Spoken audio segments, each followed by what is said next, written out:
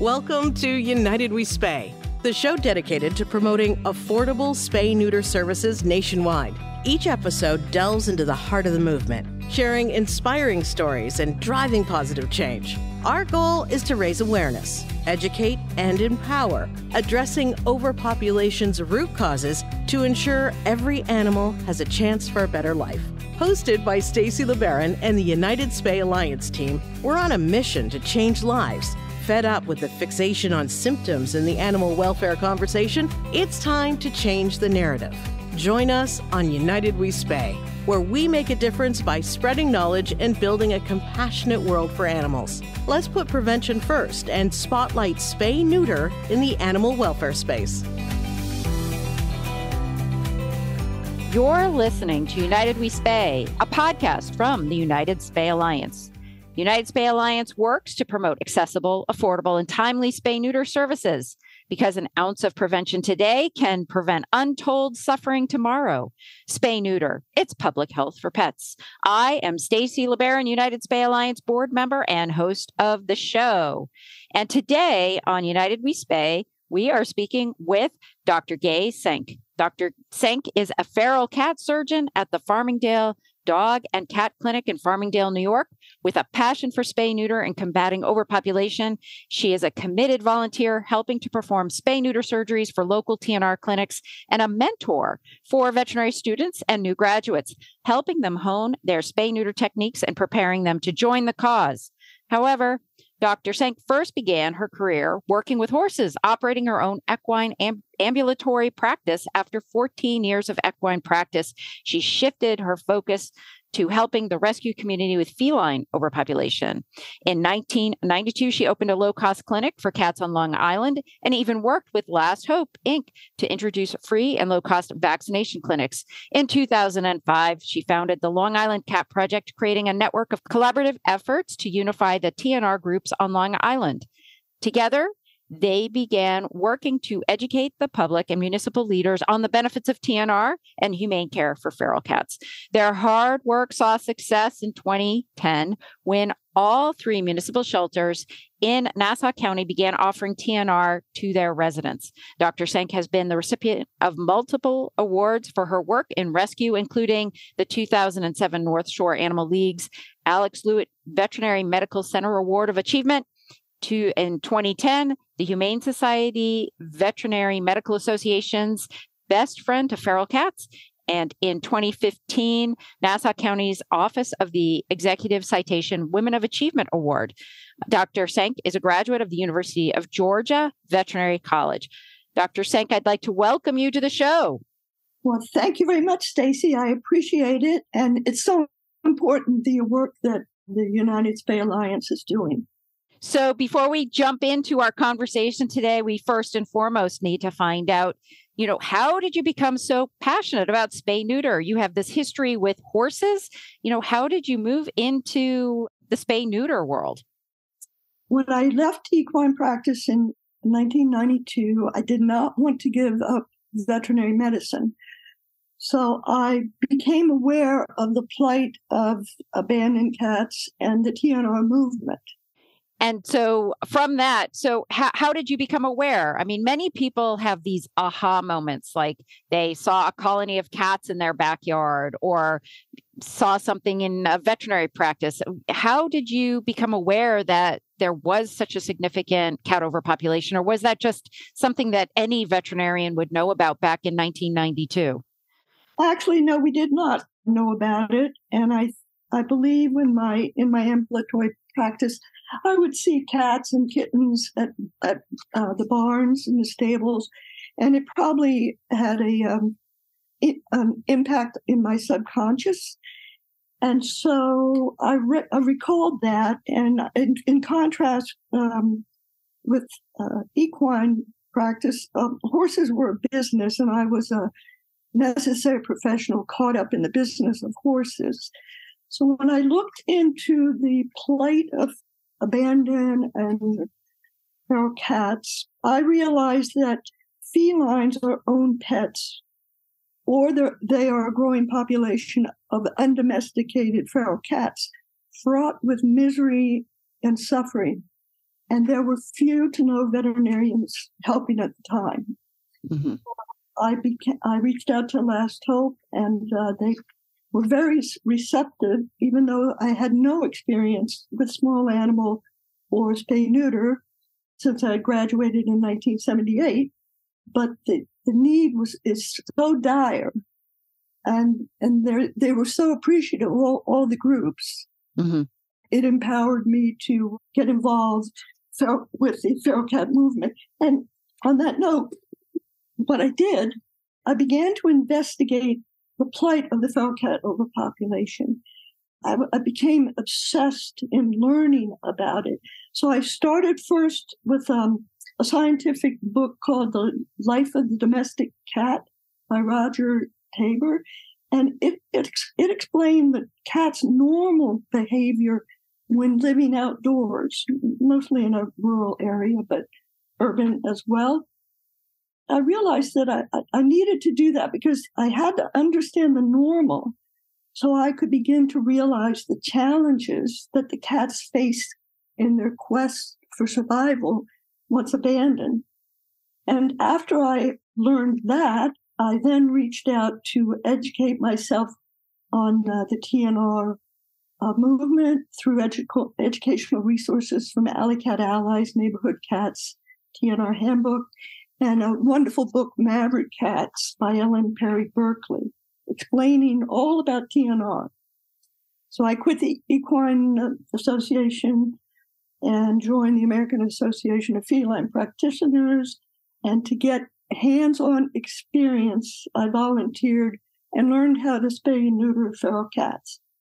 Well, it sounds like what you did was you created your own community cat education program and just self-educated yourself on the situation with regards to community cat overpopulation, and then addressing what you can do in your own backyard.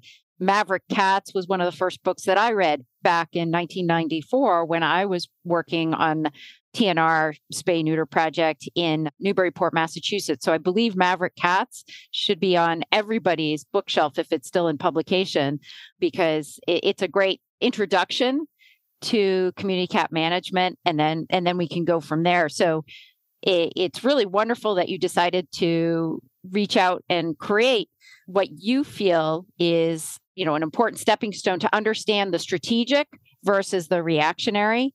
So, after going through this whole learning process, you started in 1992, and here we are in 2023, 2024. What have you learned over this period of time? Other than I learned a depth of humane compassion to a degree that I never felt before. That was empowering. When I saw the profound suffering brought about by man's inhumanity, I couldn't help but commiserate with the rescuers and the cats. And I wanted to act, to do something. As I said before, few veterinarians were helping. Working on feral cats, I found it to be heartwarming. It gave me a sense of purpose. It's satisfying, fulfilling, and it's rewarding. And it's really quite humbling, because how can you think so highly of yourself in the face of such suffering brought about by mankind? And I would say to individuals, you'll never know how much it may affect you for the better unless you get involved and participate. Right. And I mean, you've talked about the suffering of mankind. And I often talk about there's always Adam and Eve, and they start out in the home, and then they are unspayed, unneutered. They end up getting out into the community, and thus that's how our community cats, get started. And you obviously focused on spay-neuter as the way to prevent suffering.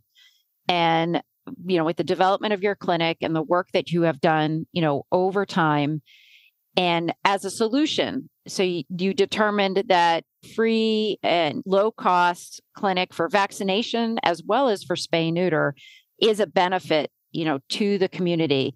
And before we hit the recording button, we talked a bit about what are the rewards. Is that Is that part of the rewards for you? What are the rewards that you have seen or felt over the years? Yeah, so one thing I'd say that I realized that overpopulation kills more cats than any disease. So that too is empowering. There's no greater gift that you can give than helping the helpless and giving a voice to the voiceless. It's important for citizens to realize they need no expertise to get involved. Volunteer in whatever capacity you're capable of. There is a place for everyone. And I would also say with veterinary students, and I preach this to this day, you'll see more pathology working on feral cats than you will in a lifetime of private practice. And the beauty about that, you can volunteer on your own terms. You don't have to commit to a rigid schedule. When you have the time, twice a year, every other month, volunteer, share yourself. Yeah, no, that's wonderful. So you mentioned you speak with veterinary students and you just shared something that you share with them. How many veterinary students that you work with do end up helping community cats? Well, over the years, this is quite amazing and very rewarding. Over the years, I've worked with many lay people who would come through the clinic and they would volunteer. And at this point in time, 30 years later, from all those initial individuals, they weren't veterinary students, they were compassionate rescuers, and they empowered themselves to get totally immersed and involved in the TNR movement, where they created their own not-for-profit. So now we have, back in the day when I started, myself and one or two other veterinarians working on feral cats. Today, we have a whole network of not only these not-for-profits offering free and low-cost and voucher programs for the community and for shelters and offering affordable care. It's incredible the connections that are being made all across Long Island. And I know that you wanted to share today with us, sort of what TNR is like in your area. So you have this network, and I've heard about this before from other folks, from some of the trappers on Long Island saying, we work together, we try to collaborate with the clinics, and then you talked about voucher programs. So it seems like there's a variety of different options for folks to utilize different programs for community cats. In 2005, it sounds like you were when you started the Long Island Cat Project, you were pretty much the only game in town, and things have changed since then, right? That's correct. And there was such a dire need, the reason I created it. And what the Long Island Cat Project is, it's a network of collaborative efforts that unified the TNR movement on Long Island through veterinarians, rescuers, as you mentioned, trappers, not-for-profits. And I founded it because of the void in veterinary health and because of the very few resources to spay-neuter. All the rescuers were working individually. And without the resources, it created this discord and a lack of cooperation between the groups, competing for these minimal spay-neuter spots. Mm.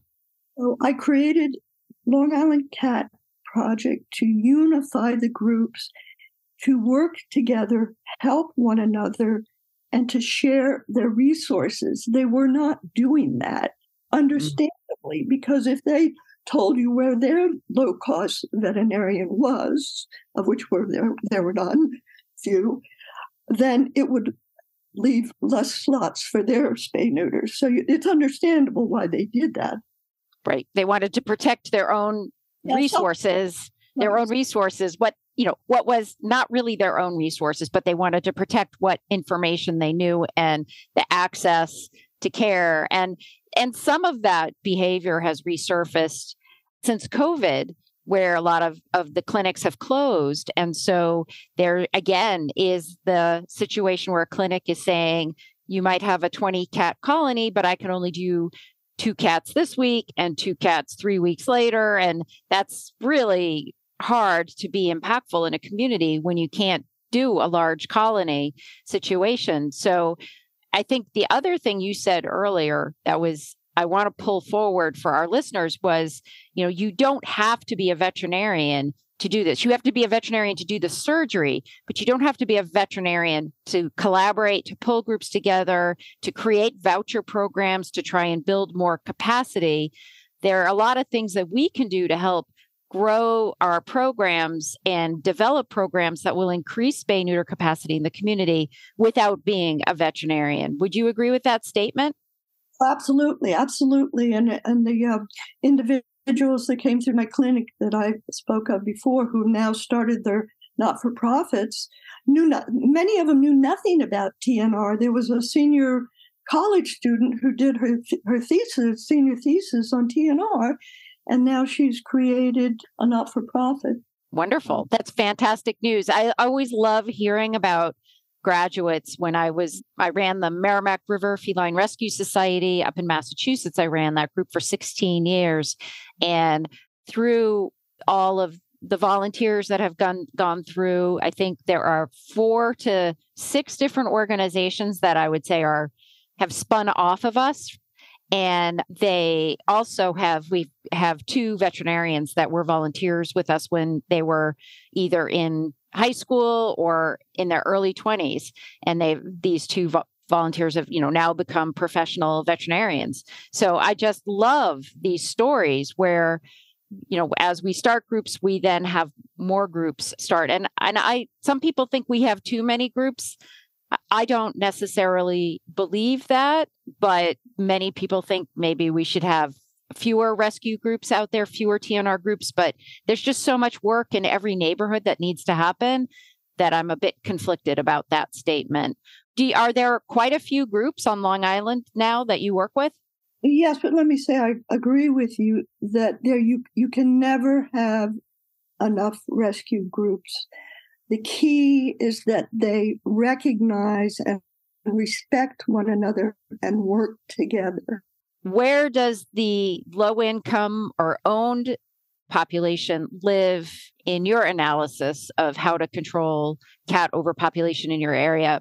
How does offering affordable spay-neuter surgeries to the owned cat population sort of live in your ecosystem? Is it important when we're doing TNR that we also offer low-cost spay-neuter for owned cats?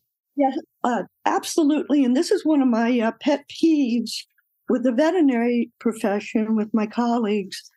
The colleagues when I first opened my low-cost clinic, it was much to the chagrin of the veterinary practices in the area. I actually tried to stop the effort.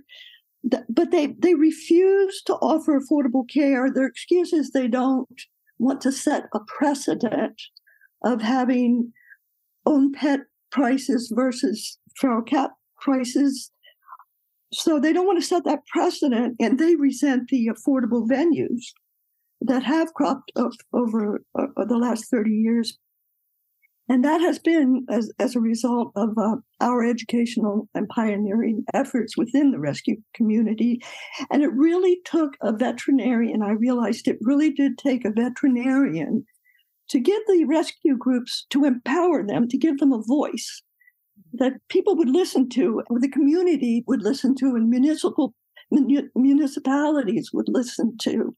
Took a veterinarian for municipal leaders and the community to understand the magnitude of the problem, the effects on the community.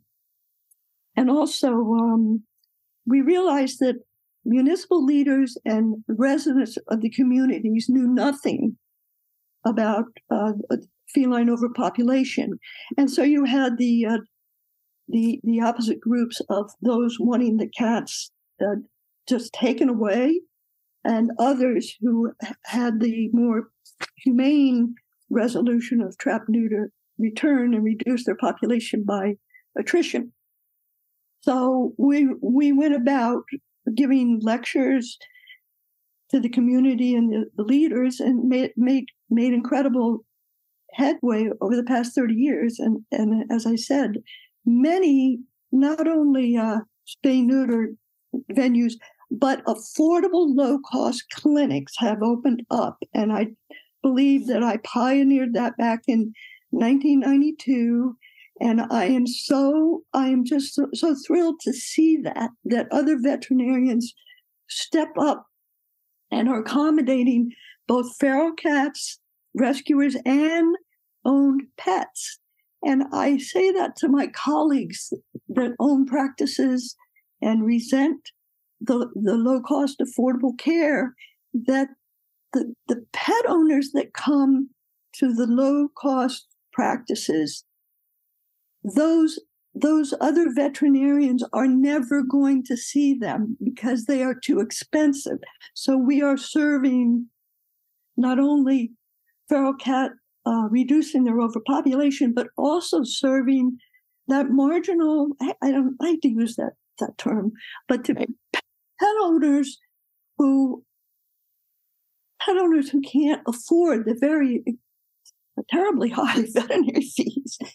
And to get back with COVID, what you had said, it's absolutely had gotten a lot worse with the competitiveness of getting veterinary appointments. And there too is one of my pet peeves, that within the low-cost, affordable clinics, they get the calls. They have, as you said, a long waiting list, and yet they boast how they have 100 cats on their waiting list. One organization that does dogs and cats has an 8-month period before someone can get a spay-neuter appointment, and it's only spay-neuter at that clinic. Yeah. And one of my pet peeves is they will not share other resources. Well, we are booked up. We can't get you in until 3 weeks. However, check with this group and that group and this one. They will not do that. Right. You know, my dream, Dr. Senk, is to have a Travelocity for veterinary appointments so that someone could log in and to see, what's the closest available appointment, what's the costs available at the various different practices, so that an individual can, get the services that they need and they don't have to make 20 or 30 phone calls or feel like that option's not even available to them, because, there are emergency surgeries that we have to do with our cats too. And so you may be willing to pay a higher price if you can get the service sooner because of the needs of the cat, rather than just saying, oh, it's, you're on my list and we'll get to you in 3 or 4 months. Yes, well, I think, I think that's why United Spay Alliance is so important. Isn't that one of their objectives around the U.S. and even the world, my understanding? Yep, for sure. We are striving to create efficiencies at all levels for folks to be able to access spay-neuter more quickly, more efficiently, as well as for the clinics to operate more efficiently and effectively through our wet labs that we're offering, on a state-by-state basis, working to get our veterinarians to embrace high-volume, high-quality spay-neuter techniques. And regardless of whether you're a private practice, anybody, it's just a best practice to utilize feline fixed by 5. There are just so many things about the United Spay Alliance where we're trying to be able to help build and grow capacity and not do it in a way that's going to stress out our staff and our veterinarians more. It may even save veterinarians time. I mean, I would assume by using high volume, high quality spay-neuter techniques in your practice, there are efficiencies there for you that you didn't know about before learning those practices. Oh, absolutely. Yeah, it's phenomenal what can be done. Unfortunately, as well, with veterinary practices, many veterinarians don't want to work on feral cats because it's risky to their staff. It's time-consuming, and there's little money in it. So that's also a hurdle. But now with the affordable clinics, they can see they're high volume, but the staff, they're so compassionate and cooperative. It's a collaborative effort within the clinic. Yep. With these clinics, and I can speak for the Farmingdale Dog and Cat, which I founded and work at, the efficiency is incredible. We are getting close to the end of the show. If there was anything else you'd like to share with our listeners today, what would that be? Let me share two things. One thing, back in 1992, when I think one of the most pivotal moments, influential was trapper, a zealot, dedicated trapper, Rob Hoyt. And he was the first individual who came to my newly opened clinic. And his words inspired and empowered me. And I'm going to quote Rob, "As individuals, we are limited. The real way to affect the problem is recruiting, educating, motivating, and encouraging. That's where the true power is. When we all band together and help one another, that's exponential." I'm starting to do that mentoring students now and trying to, well, forget that. Okay. The last thing I'd like to say, that a quote that I recently read. "I know I cannot save every cat, but if I can spay or neuter every cat I meet and educate others to do the same, then I know I am saving thousands." That's lovely. That's lovely. Wonderful. I think we'll definitely, I think that's fantastic. Well, and if there are folks interested in finding out more about the work that you do, how would they do that? Yes, well, at this stage of my life, feel like I'm on my 7th out of 9 lives. No pun intended there. So I currently work 2 days a week at a Farmingdale dog and cat clinic. However, I volunteer and support all the rescue groups, but I really, most of my work today, and has been over the years, is I work in the shadows. I work to get things done through networking and collaborating with groups. And so I've become less available to the public. Farmingdale, they have me sequestered doing just cat surgeries, no longer seeing clients. Mm-hmm. And I love that aspect of my life. But now I've moved on to my 7th out of 9 lives. So if folks have questions for Dr. Senk, they can feel free to email us at info@unitedspayalliance.org, and we will get them connected.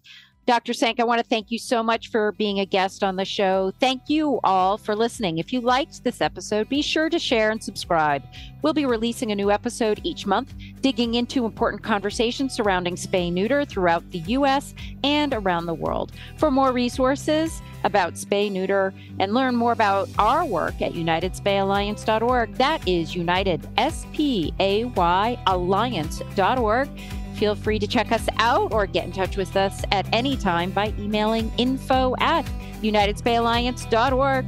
Until next time.